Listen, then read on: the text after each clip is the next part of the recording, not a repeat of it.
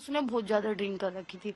उसने कहा मैं चलाऊं, मैंने कहा नहीं बहन मैं नहीं चलाने दूंगी तुझे, मैं चलाऊं। तो उसने हाथापाई करी कि ना बहन नहीं मैं चलाऊंगी, नहीं मैं चलाऊंगी, ये बात हुई हमारी।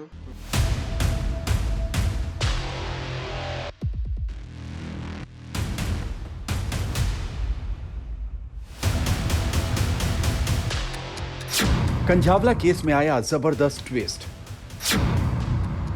अंजलि की बिसरा जांच की रिपोर्ट आई सामने।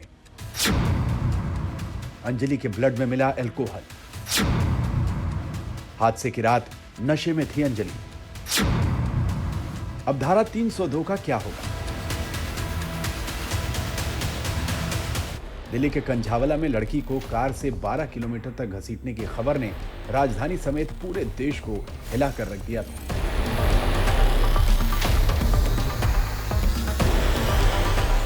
लेकिन इस हादसे के बाद जब मरने वाली लड़की अंजलि की दोस्त पहली बार टीवी के पर्दे पर सामने आई, तब उसकी इस बात ने और भी ज्यादा सनसनी फैला दी थी। वो उसने बहुत ज्यादा ड्रिंक कर रखी थी।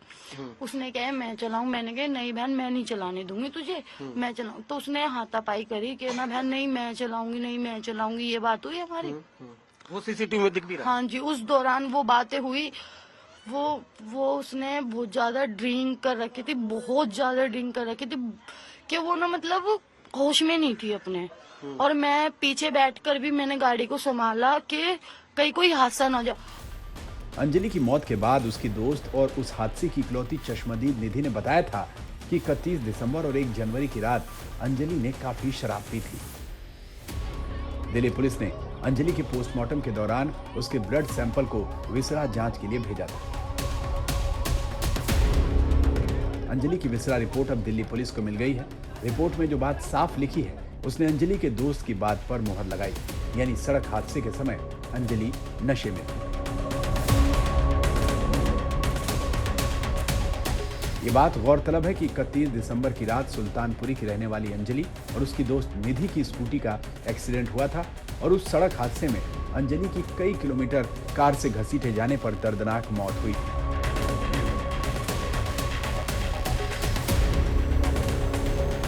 कंझावला में 1 जनवरी की सुबह एक राहगीर ने कार के पीछे लाश घिसटती देखी थी।